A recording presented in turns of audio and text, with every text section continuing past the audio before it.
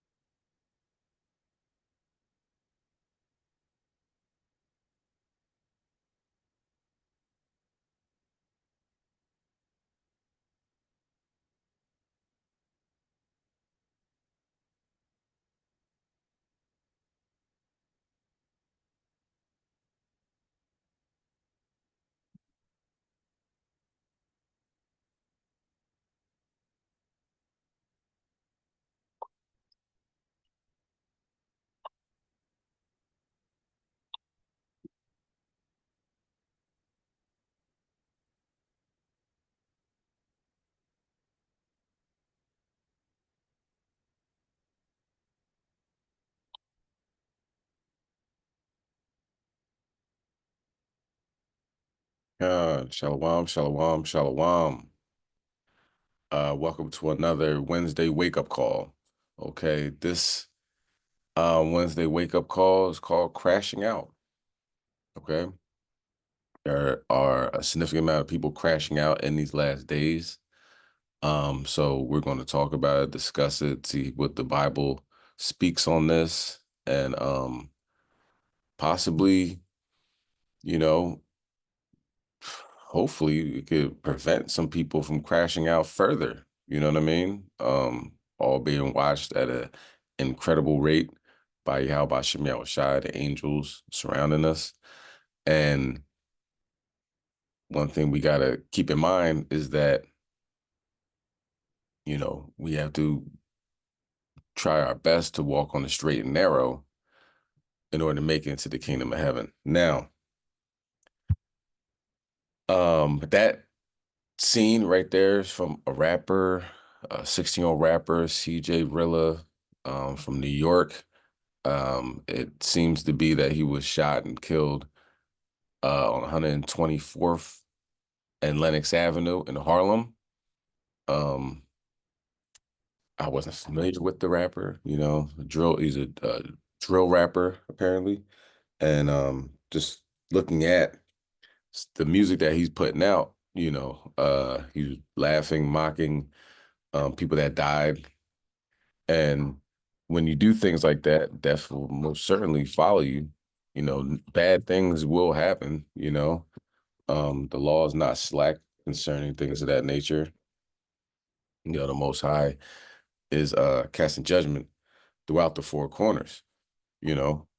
So we should definitely be aware of that. Now let's start with Isaiah chapter 61 and verse 8.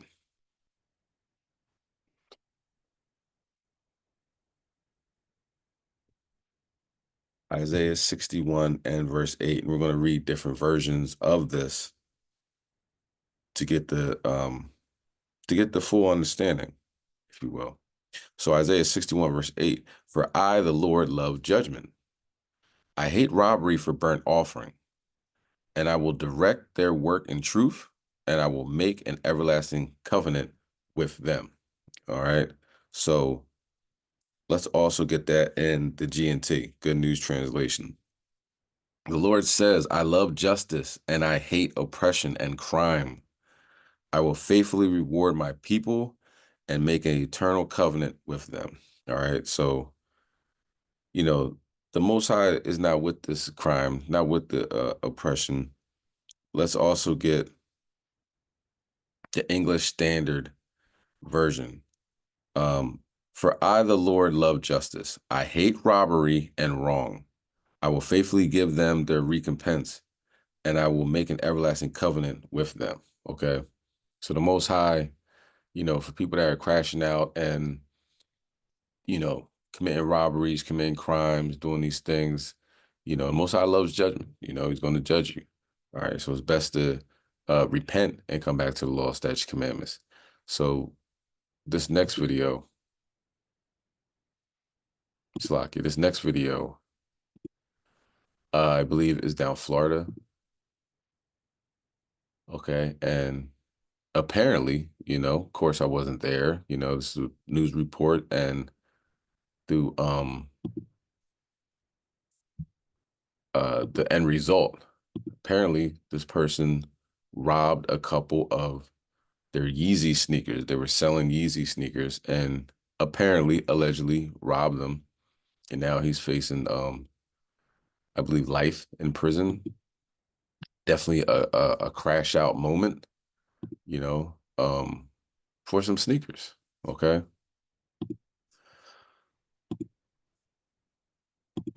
Okay. So Slovakia.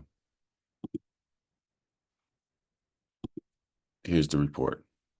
Again, with the exclusive video, you just saw that outburst in court. The disturbance happened after that murder suspect was found guilty of killing a Miami-Dade high schooler over a popular pair of those Yeezy sneakers. NBC6's Jamie Gurrola joins us from the courthouse with the story you'll see only right here on 6.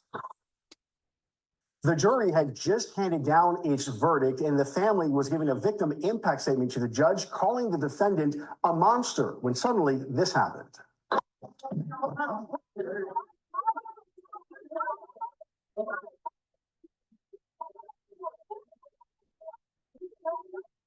The defendant, Adrian Cosby, jumped out of his chair and tried lunging at the victim's family before court officers intervened.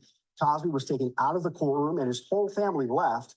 It took a few minutes for order to be restored. Cosby was just found guilty by a jury of murder, attempted murder, and attempted robbery. As to count one, first-degree felony murder. The defendant is guilty of first-degree felony murder.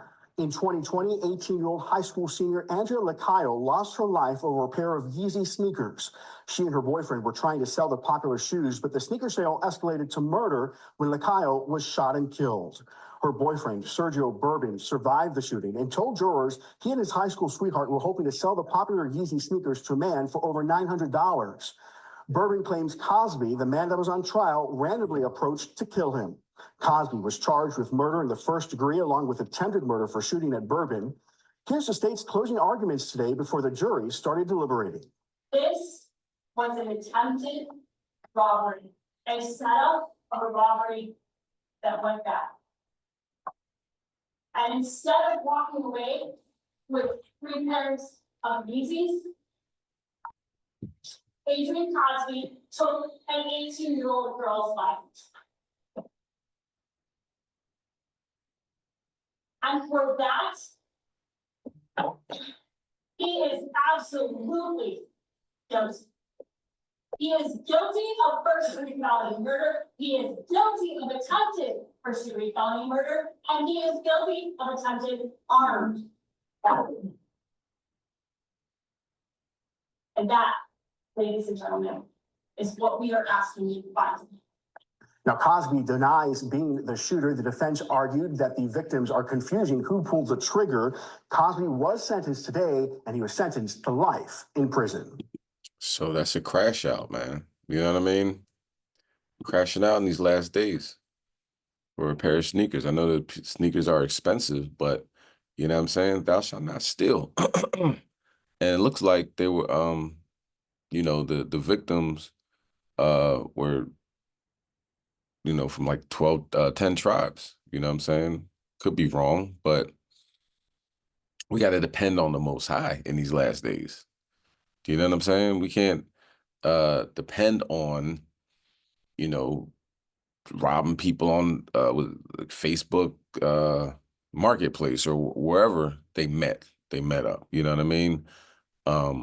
That's no way to live. You know what I'm saying? You depend on Yahweh Hashem Yahweh Shai, then he's gonna make a way for you. If you don't, then that's part of crashing out. Like, I'm sure the man was desperate, maybe he didn't eat or he had to pay his bills and stuff like that. But you don't kill people over stuff like that. You know what I mean? Not following after the law, statutes, commandments, you're going to find yourself stuck in a position that, I guess the only way he thought to get out of this position was robbery. Now he's in prison for life for killing somebody. The crash outs are real. You know what I mean? And it reminds me of course, the virgins. You know what I'm saying? 10 virgins, 5 of them had their oil, 5 didn't. And he waited to the very end, like, oh, hold on, I need help. I need oil. I mean, he should have been taking care of business ahead of time, seeing what the possibilities are in the future and not living, you know, um, for the day and not thinking about what will happen tomorrow. You got to eat tomorrow. You got to, pay your bills tomorrow, clothe your children, give them food, things of that nature, you know? So depending on the Most High is the way to go. And that's not just saying praying to the Most High and sitting on the couch and playing video games. You got to handle business. You got to make moves in this world, without killing people and robbing people. All right. That judgment coming quick. Okay.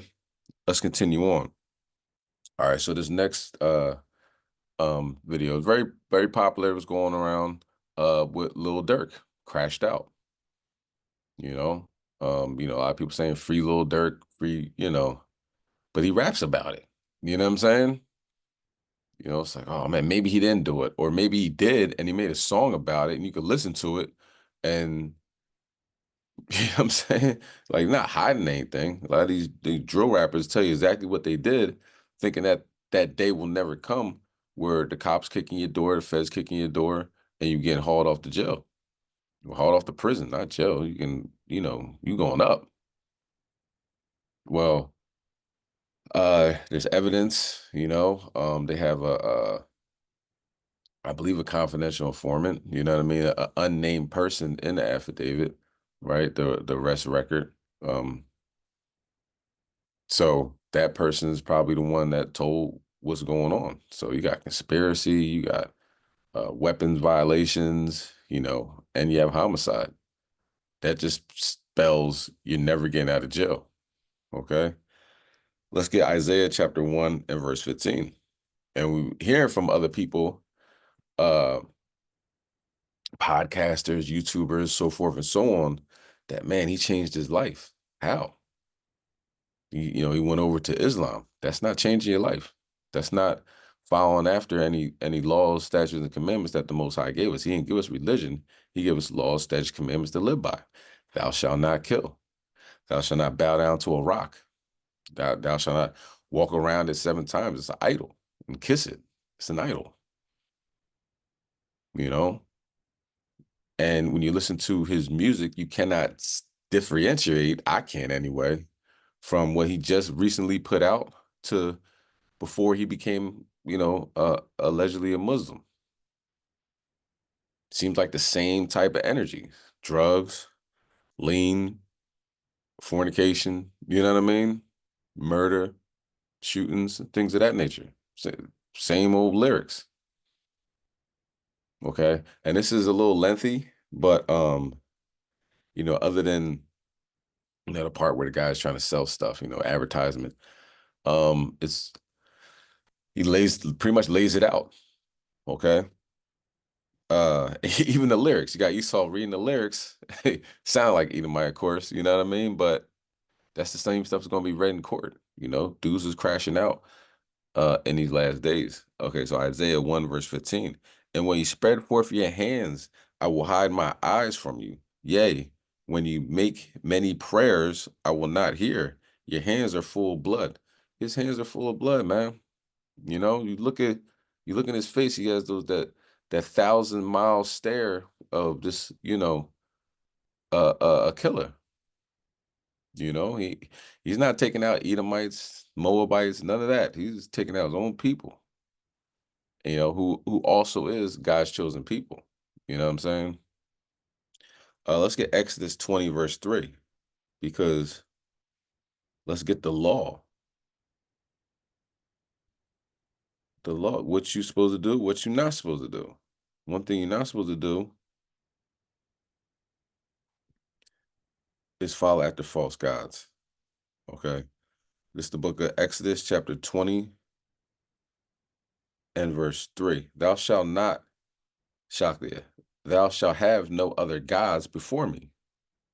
Thou shalt not make unto thee any graven image or any likeness of anything that is in heaven above, or that is in earth beneath, or that is in the water under the earth. Thou shalt not bow down thyself to them, nor serve them, at Cobblestone. For I, the Lord thy God, am a jealous God, visiting the iniquity of the fathers upon the children unto the third and fourth generation of them that hate me. Our God ain't somebody you want to mess with. Our God ain't somebody you want to play around with. And look at the differences, right? You have Lil Durk that follows after Islam. He gets key to the city. He got 2 keys to the city within Illinois. You have Kanye West that says we're the children of Israel, and he can't even put his money in JP Morgan Chase Bank. They say we don't want your money. All his advertisements, slocky endorsements rather, gone. He has deals with Adidas and clothing brands cut just like that. So you see, when you follow the Most High God and you come back to your nationality, you're gonna have backlash. When you follow false gods, you're gonna be good. You're gonna get the keys to the city. You're gonna get endorsements from the damn mayor, all types of stuff. All right. But this is the things that we go through. But at the same time, you know what I mean? It shouldn't be, we should not be having a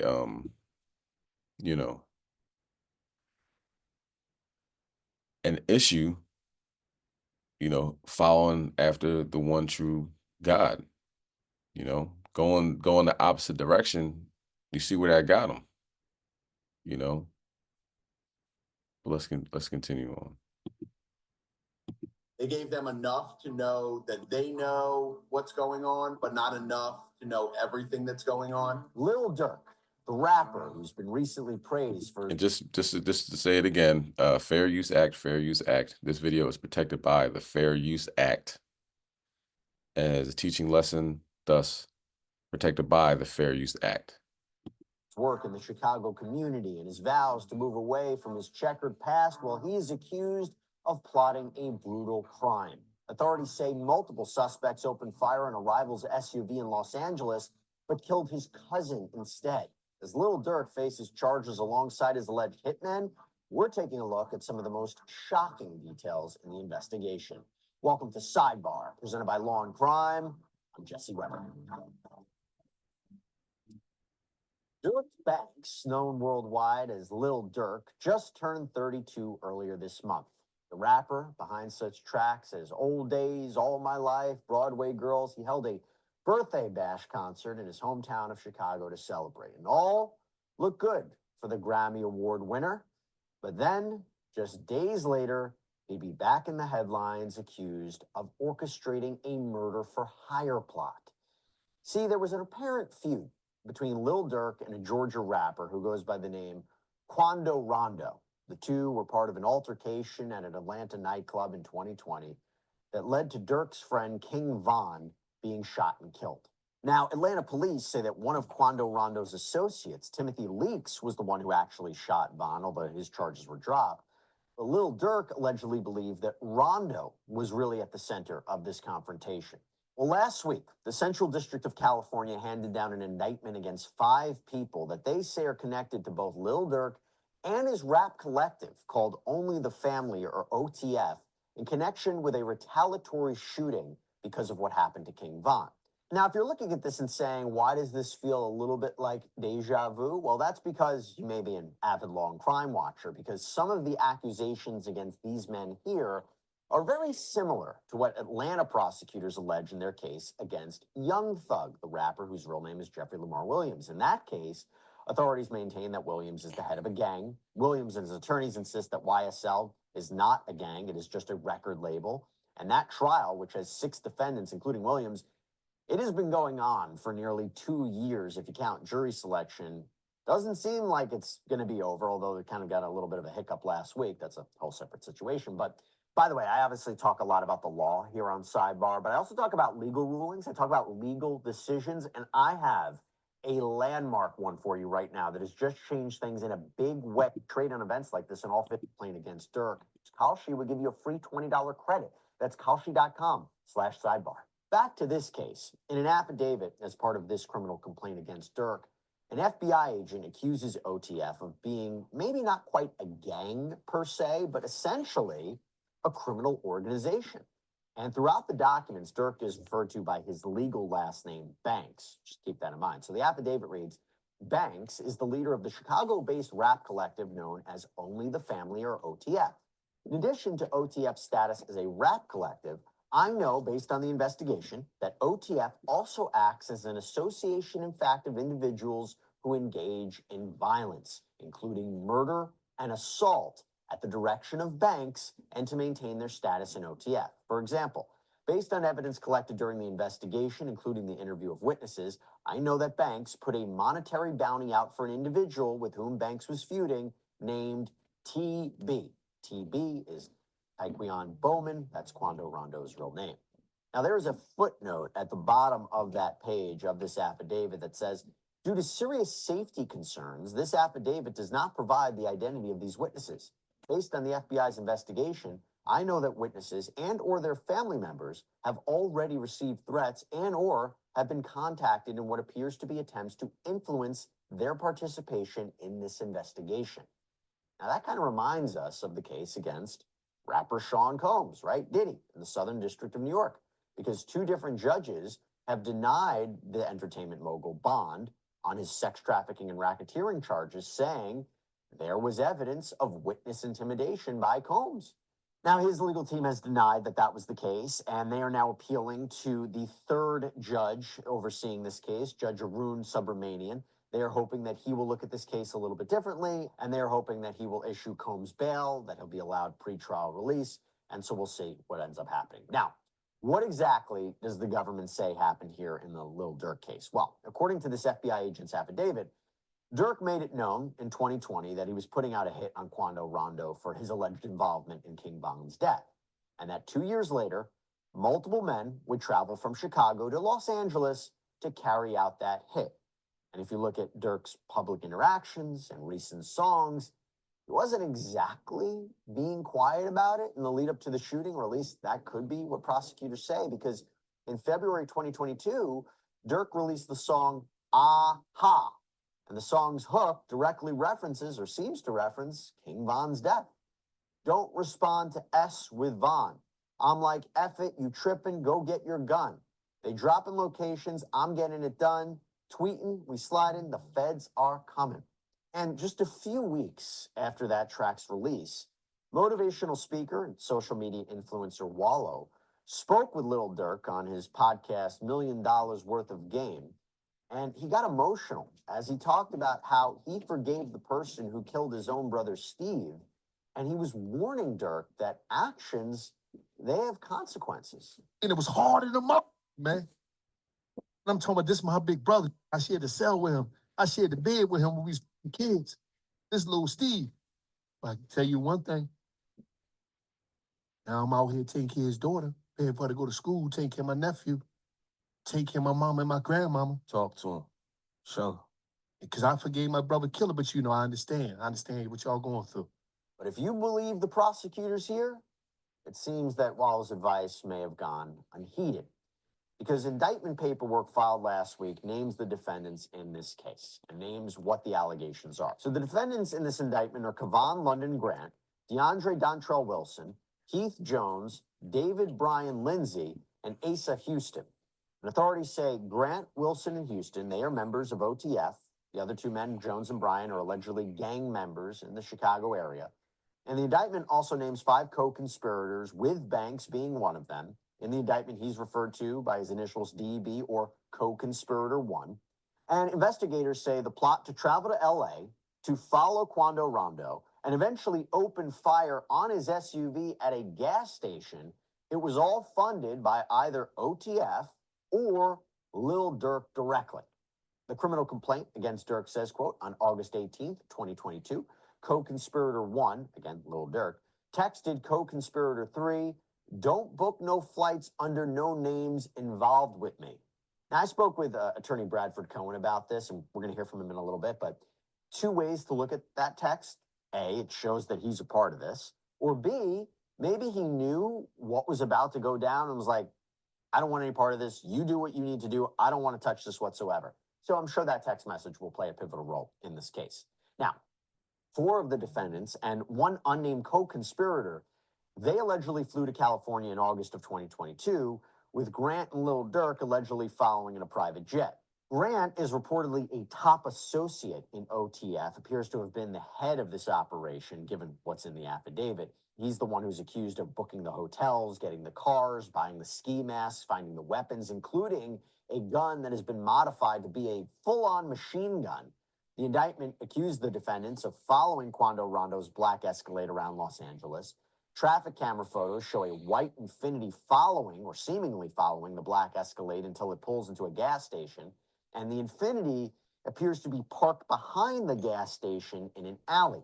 The indictment reads, on August 19th, 2022, at the Beverly gas station, defendants Jones and Lindsay and co-conspirator 2 used the firearms procured by defendant Grant, including the fully automatic firearm, to shoot at TB's car, striking and killing SR, who was standing next to TB's car while TB was inside. By the way, SR is Quando Rondo's cousin, who was killed during the course of this shootout. The indictment reads, the images below show defendants Jones and Lindsay and co-conspirator 2 firing their guns at TB's black Escalade. And the filing includes surveillance photos of what appear to be the suspects seemingly firing their guns toward the gas pumps. And by the way, you can see it's daylight in these photos. So at a gas station in the middle of Beverly Hills, firing at gas pumps.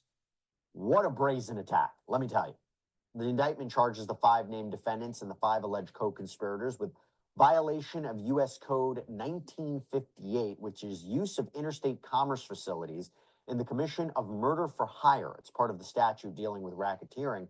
And because someone was killed during the course of this situation, they face life in prison if they're convicted.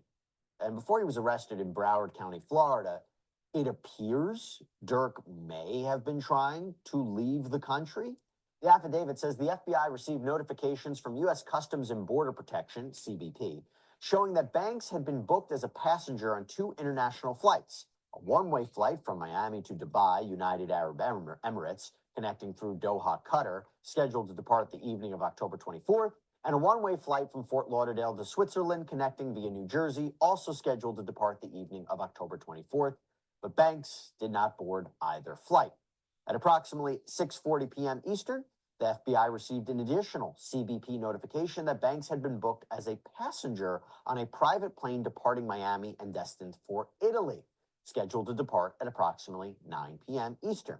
At approximately 8 p.m. Eastern, Banks was arrested by law enforcement in the vicinity of the departing airport. So you might be looking at that and saying, well, that's pretty bad evidence. That shows consciousness of guilt. He's trying to flee the country. Well, I had a chance to speak with who I mentioned before, celebrity criminal defense attorney Bradford Cohen, about this case, and he says he might not be buying that Durk was trying to flee.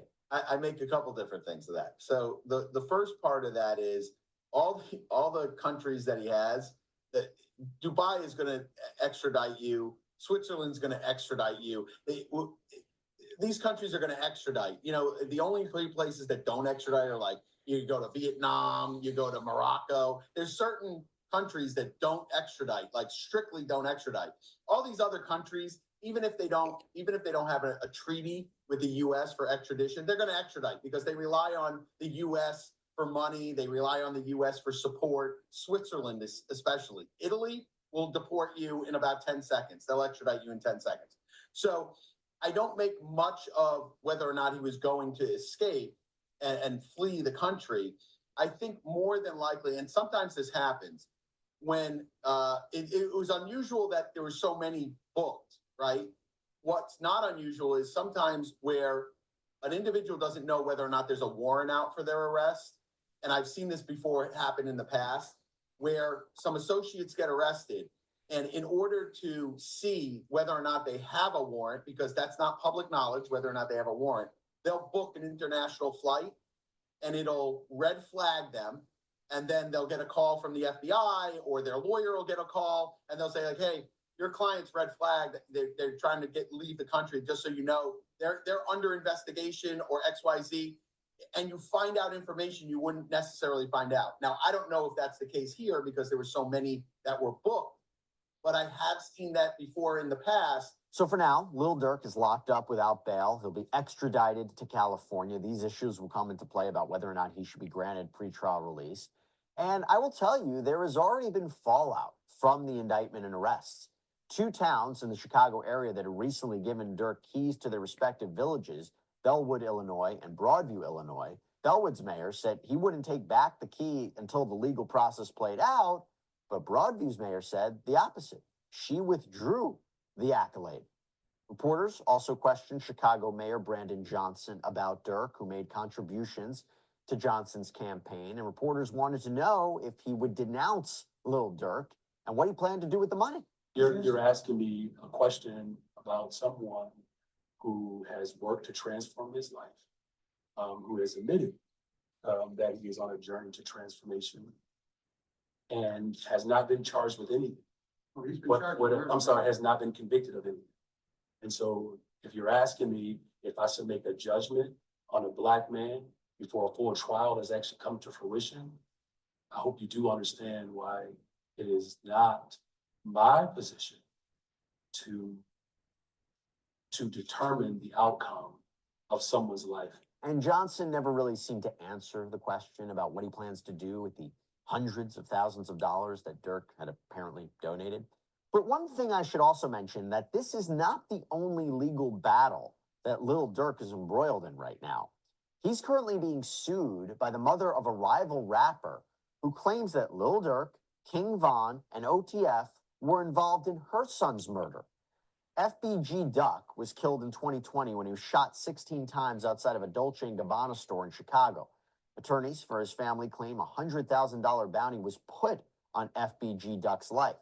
And his death led to the convictions of 6 gang members. And while the shooting appears to have been the result of a gang fight over territory, FBG Duck's mom says that OTF used that ongoing feud, plus the murder itself, in songs and music videos.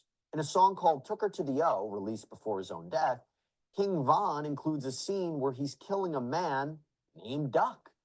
The lawsuit states, as a result, Lil Durk, O-Block, OTF became international brands through social media and music streaming platforms and profited through podcasts, social media, and music streaming. In essence, they monetized the killing of FBG Duck. And that lawsuit names a lot of defendants, including Lil Durk, his rap collective Only the Family, and record labels associated with the rapper, including Sony and UMG Interscope. Well, this is the start of what could be a very long criminal case. We might not see a trial for 12 months, 24 months. We'll wait and see. But could plea deals be worked out? Could new evidence be revealed? Could cooperating witnesses come forward? All right, so that is the crash out of Lil Durk, from big money, champagne, fast cars, women, all that, to a prison cell. And like he was bringing out, Young Thug, same thing, 2-year trial that he's dealing with. Also, Diddy, you know what I'm saying? So, and when you look at those 3, it's not necessarily for the people, you know what I'm saying? I know they asked Young Thug, what do you think about Black Lives Matter? Like, I'm Black, I'm getting money, I ain't worried about none of that, you know what I'm saying? Nobody cares then, right? But when they get arrested, when they're making music about killing their brother, making music about violence and criminal activity, this, that, and the third, it's bringing down the community, bringing down our a collective consciousness of what is right and what is wrong, the morality, based in our culture. And when they get caught, it's like, we're gonna blame the white man, These guys, the Klan's sitting there laughing, they're the ones putting out that negative vibration, that low energy, and actually doing allegedly doing crimes and homicides. When I say allegedly, they're actually rapping about it. So, the Klan's laughing, they don't do anything, but then they get caught like, man, this white man is trying to destroy our culture and stuff like that. They're doing it themselves. Even though Diddy, saw an interview with Charlemagne, he was saying how, we need to get into the voting process, politics and everything. But Diddy has been talking a good game regarding, Black power and all this other stuff. But when you see the people that surround him and the stories they tell, how he treats Black, so-called Black people, then, it doesn't add up. It's just, it seems like a lot of wordplay with not a lot backing it. Okay. And, it's crash out season, hopefully these brothers repent, but it's not a guarantee that the Most High is going to accept that repentance. Okay. We are in the last days. So let's continue. Philadelphia, OK Corral, just like Lil Durk, Philadelphia is a huge Islamic population, well, Muslim population. Jake following after that religion, you know what I mean? And they're constantly getting constant judgment in this city, okay? It's time to wake up, But this next, matter of fact, let's get Psalm 28:5. This next video, 7 people shot, arguing. Somebody's arguing with each other, comes back, gets a gun, shoots up the party. 16-year-old gets hit, 17-year-old gets hit. It's 3:30 in the morning.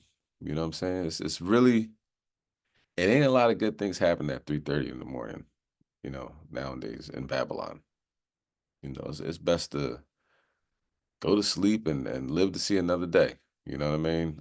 It happened on Saturday at night, so it would have been, after the Sabbath, but I believe it was during the Feast of Tabernacles. How come nobody at that party knew what the Feast of Tabernacles was? Could have been enjoying camping with with family, enjoying nature, listening to the crickets at night, listening to the birds in the morning, enjoying the sun, the breeze, and following after and reading scripture, following after the law, statutes, commandments that the Most High intended it. Instead, sitting on the block partying, bad things happen. All right. Let's get Psalm 28:5. Because they regarded not the works of the Lord, nor the operation of his hand, he shall destroy them and not build them up. Okay, so it's no guarantee that the Most High, even though so far that I realized that, to my understanding, that most people survived, but that could be just the beginning of the Most High continuing to judge them. Where they could see the error of their ways and come back to their God. But let's get to the video. At 10, a weekend party turns into a crime scene. Investigators say an argument ended in a barrage of bullets in North Philadelphia, ending with 7 people injured. It is Saturday night. I'm Walter Perez. The big story in Action News is the investigation surrounding a shooting during a crowded overnight party. Officers responded to the scene, the 1100 block of West Cumberland Street, at about 3:30 a.m. 7 people were shot, the youngest victim only 16 years of age. Action News reporter Brianna Smith has an update from police headquarters tonight. Brianna. Walter, Philadelphia police say the 16-year-old who was shot in the chest is being treated at the hospital as they continue to search for the suspect. Now, we also spoke to residents and the mayor, who say they're concerned about the ongoing violence plaguing the neighborhood. But the mayor says this is why they must continue their comprehensive approach. That's all you was just hearing, and it's like, what? Residents react after Philadelphia police say more than 55 gunshots rang out in North Philadelphia early Saturday morning. 7 people ages 16 to 30 were hurt. A 16-year-old girl is in critical condition and the others are stable. I hope everybody that was hurt and that tragedy really recovered. I am so sick and tired of hearing about people being shot and killed. Police say there was a party on the 1100 block of Cumberland Street when two males got into an argument and people started to leave. Then around 3:30 a.m., the suspect returned with a weapon and shot several individuals. The shooter also opened fire down the road on the 2500 block of North Jessup Street. My concern is for the youth that's up and coming and like, will they ever have a future? This all comes just a week after 46-year-old Jamil Devlin was shot and killed during an argument on that same block of North Jessup Street. I don't know how to tell these people to put down the gun. Some of them aren't brought up properly and stuff like that. I was brought up old school. Mayor Sherelle Parker says they need to continue their comprehensive approach to stop the violence by focusing on prevention, intervention, and enforcement. The greatest anti-violence effort that we could ever employ is access to a career. That is how we put people on a path to self-sufficiency. Parker believes these efforts will help reduce crimes. Homicides are down 41% in the city of Philadelphia. Shootings are down 38%. But this incident affirms why we can't take our foot off the gas. Now, police say they recovered a weapon at the scene, but again, they have not made any arrests. They believe the suspect is a juvenile male. If you have any information about the incident, you're out. These juveniles off the hook, man. They're the ones getting shot and the ones doing the shooting. You know, ain't nothing outside 3:30 in the morning. You know what I'm saying? But let's continue on. Let's go to Matthew chapter 5 and verse 25. Okay, so now situation happened, you know, with the 7 people getting shot, completion, right? Now let's go down to Florida. Okay, in Florida, a man that I believe, you know, had it out with the police previously called the police for help. You know what I mean? And we got to be more aware. You know, of course, on paper, the police are there to serve and protect, and you know they're here to help you. But in reality, you know, you have people that are Klansmen in the law enforcement that will, you know, nothing will make them more happier than putting a bullet in you. You know, so that, you know, calling the police, we'll talk about the incident, but calling the police might not have been the best move for him, right? Even though he did need help getting his tenant that he wanted to get removed. You know, apparently this man was successful.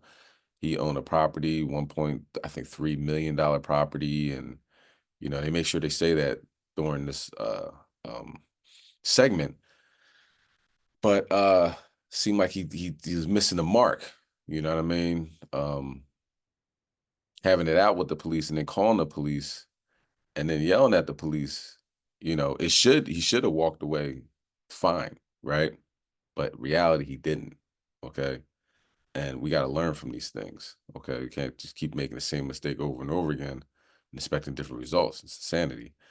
All right. So Matthew chapter 5, verse 25. And I don't want it to seem like victim blaming, you know, but we have to be aware in these last days. You know, we're going to talk about that, what the scriptures say. Agree with thine adversary quickly while thou art in the way with him, lest at any time the adversary deliver thee to the judge, and the judge deliver thee to the officer, and throw be cast into prison. Okay, let's get Matthew 10 and 16. Now in this case, they'll kill you. They don't have to throw you in prison. You know, they'll find a way to kill you. All right. And you know, now they know that the body camera's on. So how did you act immediately after that? Did you render first aid? All that stuff matters in court. And as you can see, the cop in this instance is very aware of that. And he breaks down, he's crying, he's in tears. Come on. No. You know, this acting. All right. This is Matthew chapter 10 and verse 16. Behold, I send you forth as sheep in the midst of wolves. Be ye therefore wise as serpents and harmless as doves.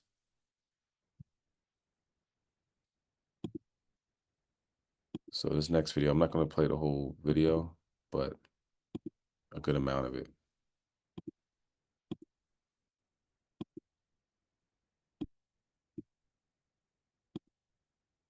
Hell of a thing, a cop, a Florida cop, shoots the man who calls 911 for help and then cries at the scene of the shooting. Here it is.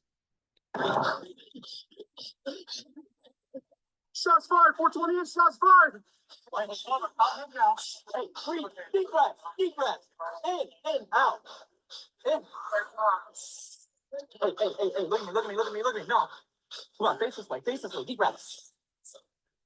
Deep, no, me. I'm good. Okay. I'm good. I know, deep breath, I want to hear deep breath. Like that, one more, come on. Let's stand up, come on. I shot her. Come on. It's okay. I got you.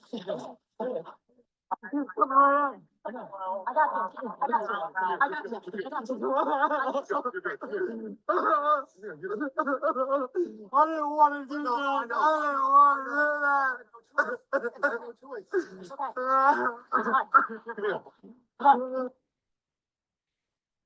I have more video, but before I go to that, put up the picture of the man that he fatally shot. So what you're seeing, the videos of Florida deputy breaking down, crying after shooting and killing a black man who had called them for help in removing a problem tenant. 42-year-old Elroy Clark called the Charlotte County Sheriff's Office for help in removing a tenant who was behaving in a disorderly fashion.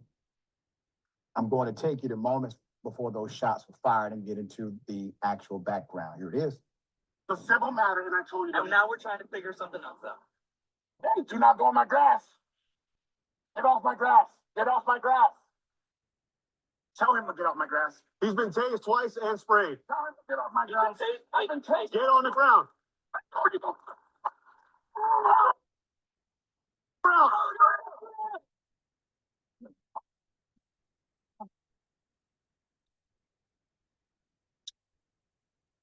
The deputy showed up and attempted to arrest Mr. Clark. Now remember, Mr. Clark is the one who called 911.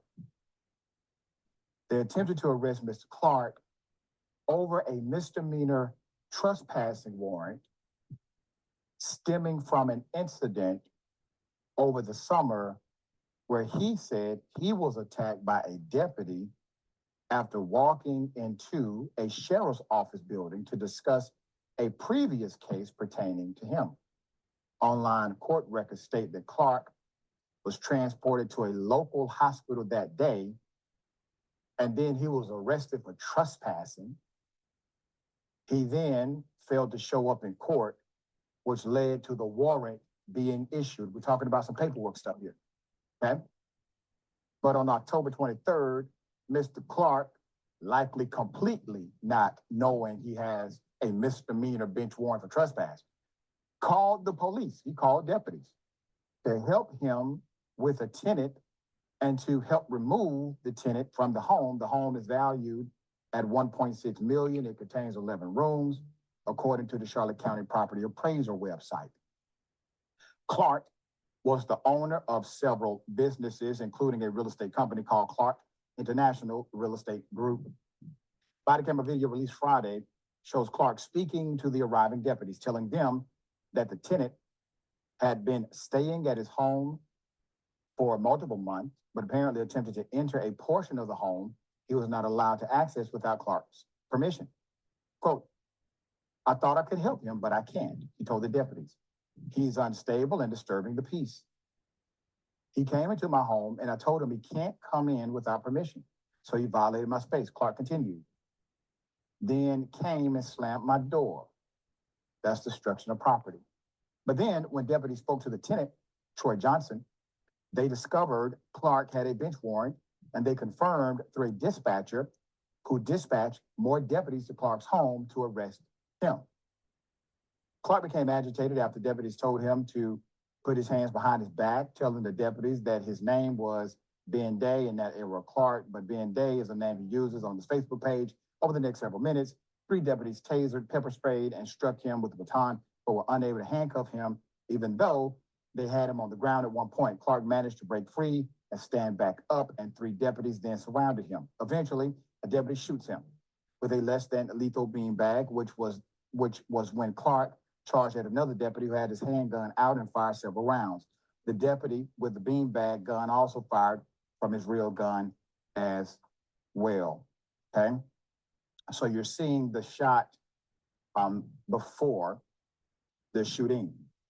Deputies also arrested Johnson, the tenant, on charges of possession of a firearm by a convicted felon, manufacturing marijuana, possession of marijuana with intent to sell, and possession of drug paraphernalia, according to NBC2.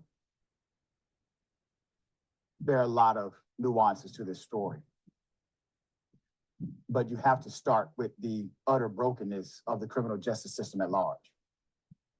You have an individual who's dead because of basically a paperwork issue. Possibly he did not get notice for court. That is a possibility. Maybe an attorney dropped the ball. Maybe something else happened. But we do know that it seems weird. Definitely weird, you know? And having it out with the police, right? Now, Florida or anywhere in the United States, and then calling them, you should definitely call them, if,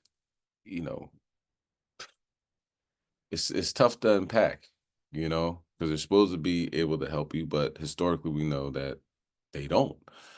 And you see the result of that, you know what I mean? Off a misdemeanor trespassing warrant. All that, the tasing, the hitting them and all that. We're going to go to a video where Esau shoots Jake and they charge him with attempted murder, but he's not in jail because he's too dangerous to apprehend. So we got to know where we're at and base our decisions upon, surviving to see the next day. Not crashing out. Not saying the brother was crashing. He probably thought that if they do arrest me, I'm gonna wind up dead like Sandra Bland anyway. So that's probably how he's seen things. But we got to continue to trust in the Most High. You know what I mean? Agree with the adversary quickly. Okay, I got this. What is this? Trespassing warrant. Go in there, pay a couple $100 in fine or whatever. You know what I mean? Probably, bail yourself out. No jail time. If you got a good enough lawyer, he's not in and out the system. He shouldn't even be locked up and go to jail for that. But and let the lawyers fight it out. All right. But let's go to Lamentations 4:18 classic. I'm gonna play 2 more videos. 2 more videos regarding how these Edomites work. And you don't have to do anything in order to get shot, as you're going to see in the next video. But in some situations, it's best to keep a cool head, cool, calm demeanor. Like, okay, all right, let's, like not saying like, get off my lawn, get off my lawn. Do you know what I mean? Because they'll all use that in the affidavit to exonerate themselves, and they'll see, oh, he was crying, so he really didn't mean to shoot him. But he could have been the cop that he had a problem with previously when he came to the district and he got that trespassing charge. Or they saw his name like, oh, I know him. I've been waiting to get him. You know what I'm saying? You got to keep in mind that these cops aren't stupid. They know who you are, especially if something like that occurred. Okay, Lamentations chapter 4, verse 18. They hunt our steps that we cannot go in our streets. Our end is near. Our days are fulfilled. Our end has come. Okay, so look at these next 2 videos I'm going to play back to back. regarding how we're treated in America. Okay.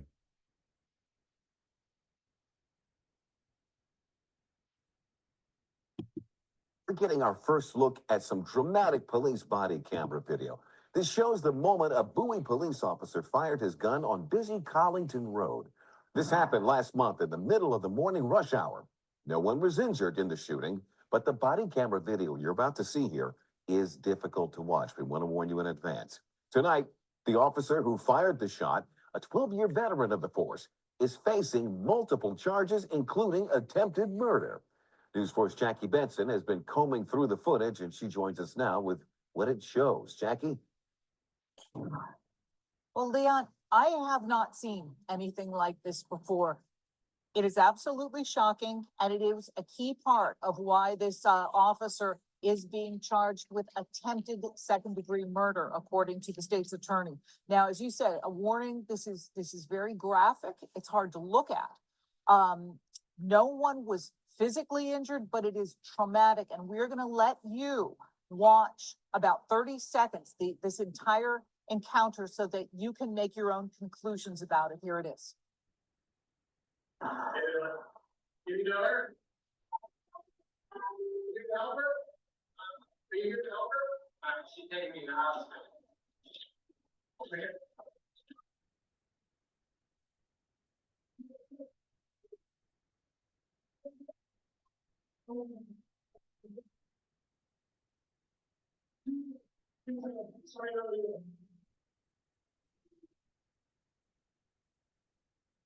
Sorry, I'm sorry. Now, that was the scene, okay? September 12th, 8 o'clock in the morning. That white SUV was parked on the side of the road. The man's girlfriend and children were in that vehicle. He says he'd gotten out to go and retrieve a hat that was on the side of the road. Now, we spoke to him. News 4's Darcy Spencer spoke to him within days of when this happened. Here's what he had to say. I thought I died on that highway. You thought you were hit by this gunfire? Yes, as soon as my ears stopped ringing, I turned around and asked the officer, why did he shoot me?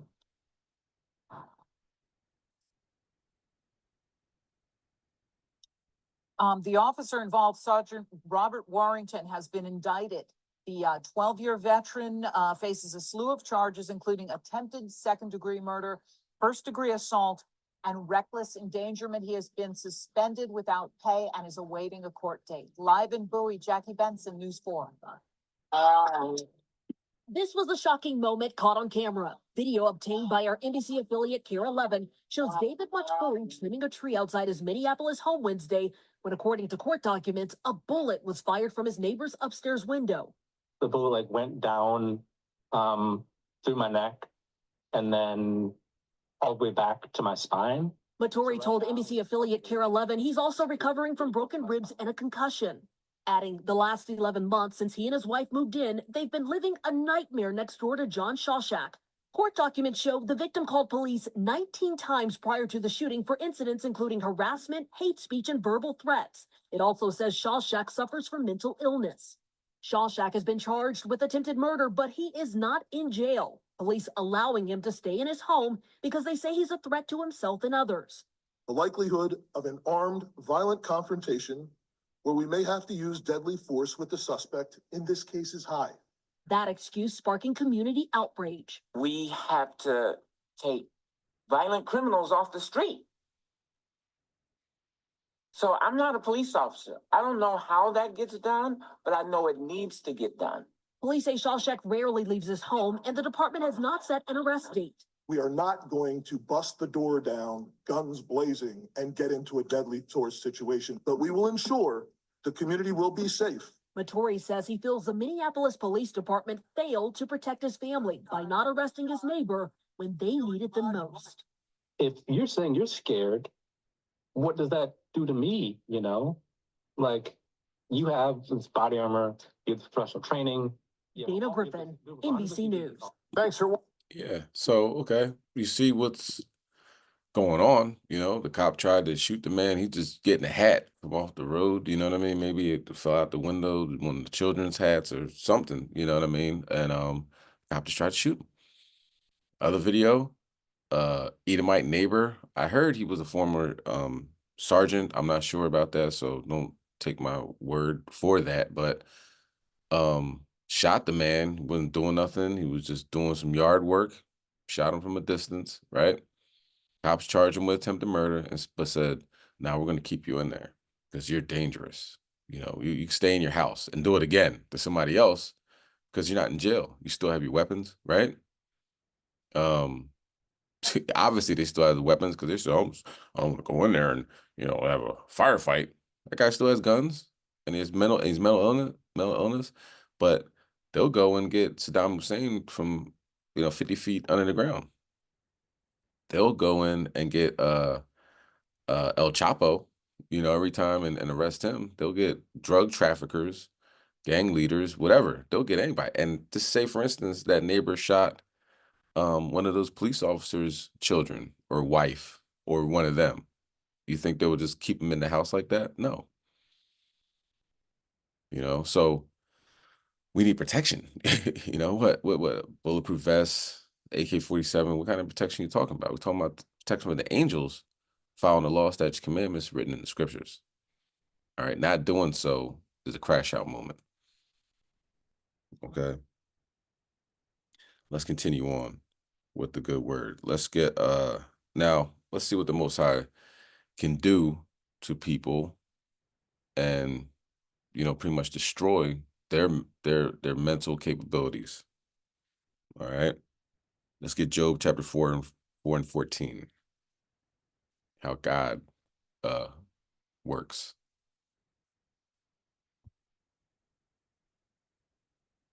Because don't forget, Esau is also crashing out.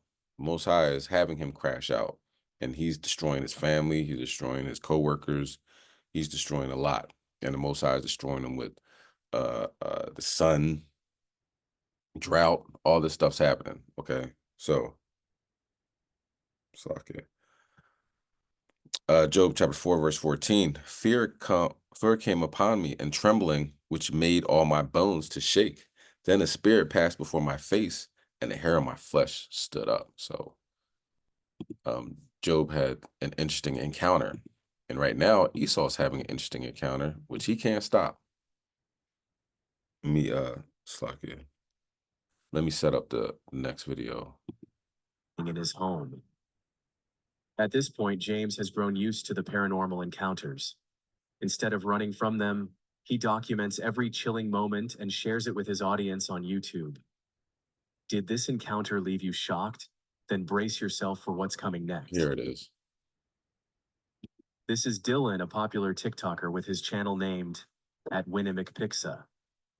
Dylan is a harmless man who likes to play video games and remain home to enjoy himself. But starting just 2 months ago, Dylan began experiencing strange and unexplainable events. At first, it was subtle, small things, easy to brush off as his imagination. But soon those little oddities turned into something far more disturbing. However, Dylan is not backing down easily. When he's preparing some breakfast, something strange happens again. Go right in. It's okay. Right in. Stay. I'm doing this all morning and I don't have time for this today. Stop. Hey, buddy. I got too much going on. You gotta cut it out. Oh, shit. Okay. Just gonna set it up with the towels and we'll just let the phone roll.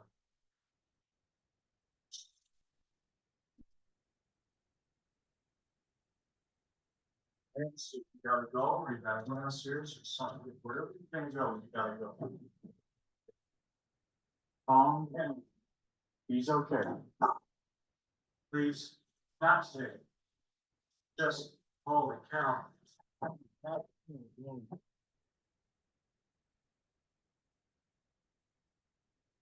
But The door slams open on its own.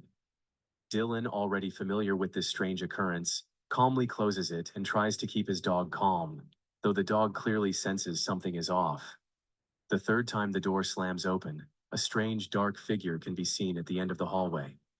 It seems like Dylan doesn't notice it and shuts the door again. Then, after a long day of work, Dylan heads to bed, hoping for rest, until he's disturbed once more. Dozing off when I was woken up by a loud bang downstairs and the doorbell rings. Like it just rang probably like 5 minutes. I went down there, checked the doors, and nobody's at the front door.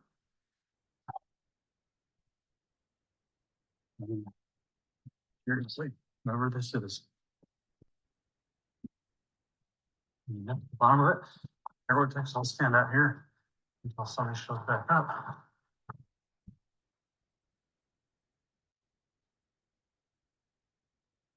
Oh, I don't care, I'll stand here and watch it.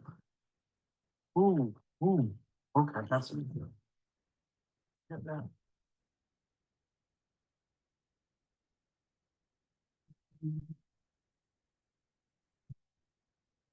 Okay, oh my gosh, not this again. The entity starts ringing the doorbell and knocking on the door as if it wants to come in. Dylan checks downstairs and even steps outside to see if it's still happening. While he's standing next to the doorbell, it rings again, but no one is there. He locks the door, but it seems like he's already let the entity inside. He can hear it running and opening the pantry doors. Dylan flees to his room, seeking safety.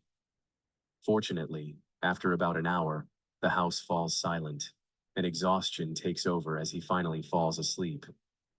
But the next morning, strange occurrences happen again. I don't know if you're gonna see what I'm seeing, but this is on repeat. This happens over and over. And then the knocking. There it is, and it just goes and goes until you stop. Can you stop, please? It's just right there. That's new. Okay.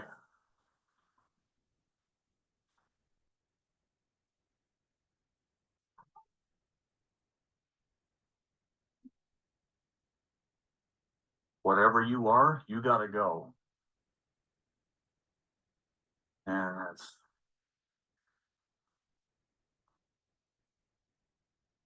Yeah, I don't like that. I don't like that at all. Goodbye. A shadowy figure appears again, walking towards his workroom and making the same knocking sounds as the previous evening. When Dylan looks into the room, he even sees the chair move on its own, making him feel uneasy. But that's not all. Later that day, when he comes home from work, the entity still seems to be watching over him. Something is watching me. If you've had the feeling, you know what I'm talking about. I'm playing only up in my office. Something keeps passing by this window. I just propped up the phone here and I'm gonna play.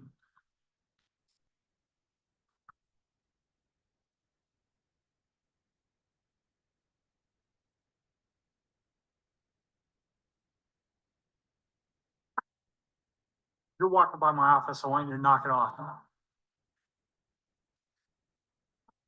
Oh. That's you making all that noise back there? Things closing doors. You need to get out. Dude, will you knock it off, please?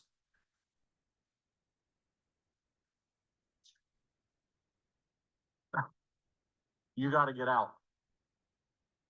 You're gonna lock yourself in the laundry room again? You're not leaving? You're not. The entity kept appearing, and no matter how hard Dylan tried to ignore it or argue, the shadows continued to make his life miserable. He frequently posts videos on his TikTok, sharing what he's experiencing, and they've garnered millions of views. Still, he doesn't consider leaving his house. He just hopes the entity will. Dylan seems he has enough of the relentless demon haunting his home. Well, he can have enough of it, but that's not going to change anything, Dylan. All right, so when we realize that the Most High can send an evil angel, okay, to somebody like that, you know what I mean, praying to the Most High to avenge you for, whatever wrong they've done to you, then crashing out isn't, it's no option. You know what I mean?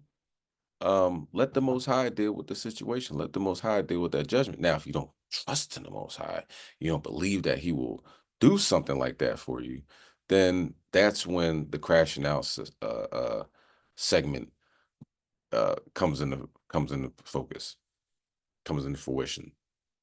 Okay, God will take care of it. God loves judgment. Let Him judge. Okay, believe in what you read. Believe in Yahweh Shem Yahweh Shai. All right, so the next video, let's get Psalm chapter 52 and verse 4.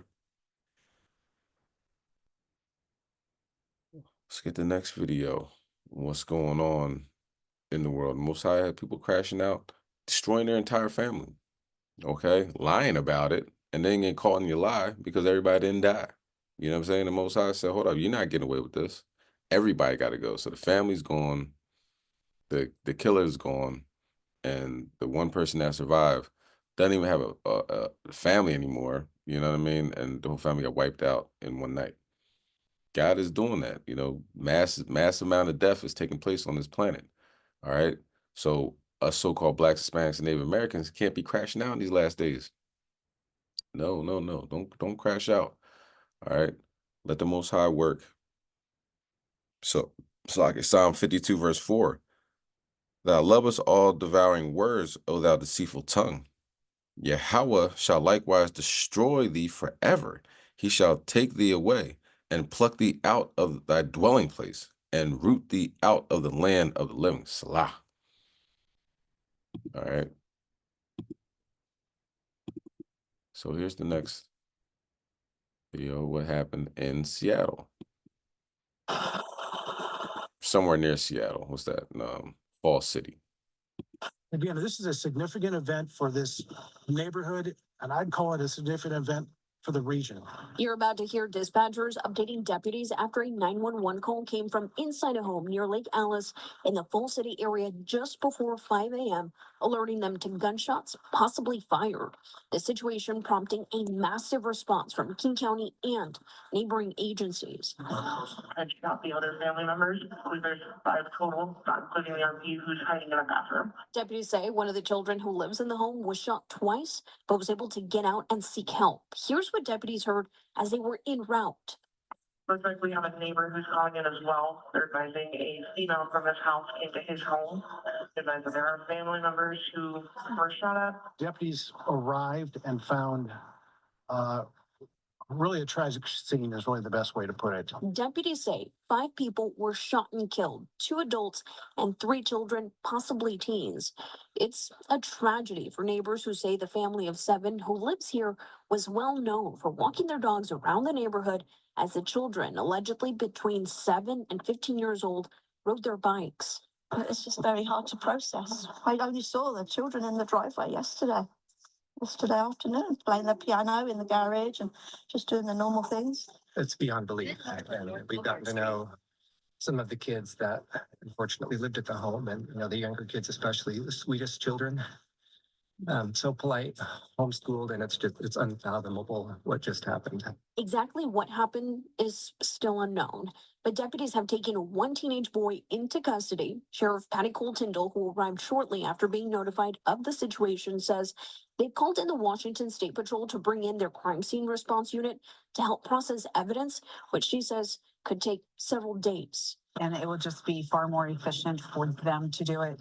And given the complexity of this one, we've asked for their assistance. The Snoqualmie Valley School District putting out an alert for families following the tragedy, offering support, saying in part, quote, "We currently understand that the family involved did not attend our schools. However, we recognize that events like this can affect all of us, including our students." King County prosecutors are on site as the search warrant is now being served at the home, allowing investigators to comb through the scene. I would speculate at this time that there'll be multiple search warrants moving forward beyond just the initial property. Right now, the King County Sheriff's Office is not ready to disclose the exact relationship between the shooter and the victims, but say that violent incident was contained to the home as So it was the 15-year-old teenager killed his entire family, except for that 11-year-old girl, his sister, who survived getting shot twice. So it's mass amount of judgment taking place all around the four corners. We gotta stay focused. No crashing out, Israel. All right. The reason why we have these classes is to see, what's going on around the world. You know what I mean? And to focus in on bettering ourselves so things like that don't happen to us. Okay, we gotta follow these law, statutes, commandments and live. If we don't, we could end up in that situation as well. Possibly could end up the situation anyway, you know what I mean? Because you never know what the Most High has in store, has planned for us. But let's aim to make our election sure, so we don't have these terrible things happen to us. These black shadows walking around our house, opening up doors, and you know what I mean, and banging on walls to keep us up all hours of the night. We got to have a hedge around us, and the only reason we can only way we can get that hedge is from Yahweh Shem Yahweh Shai, and by following the law, statutes, commandments. Okay, so now we're going to close out in prayer. So everybody will stand or prostrate and face the east. We will say the Lord's Prayer in Paleo Hebrew.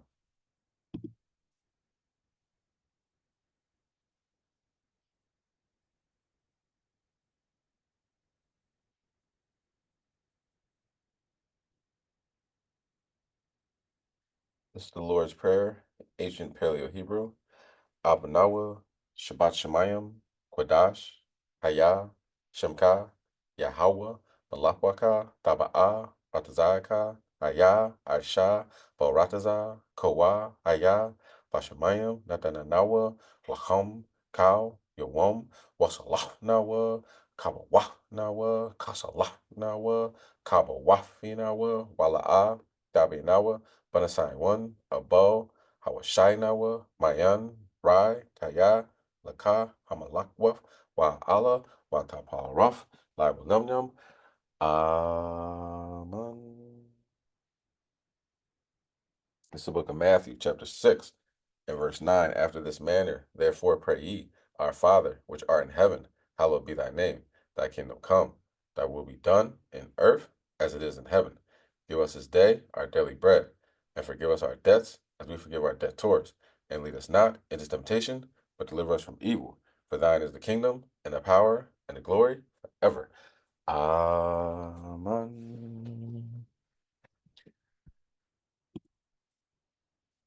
Let the Most High fight your battles. Do not crash out. Stay focused. Have coping mechanisms. Read the scriptures. Take a walk. Look at the stars. Work out. Anything within the law, do to minimize the amount of stress, and fast as well to get these spirits off you, so you don't crash out like a lot of people that are crashing out in these last days. All right. Yahweh Shema Shabbat Katham. Yahweh Shema Shamartha. Shalom.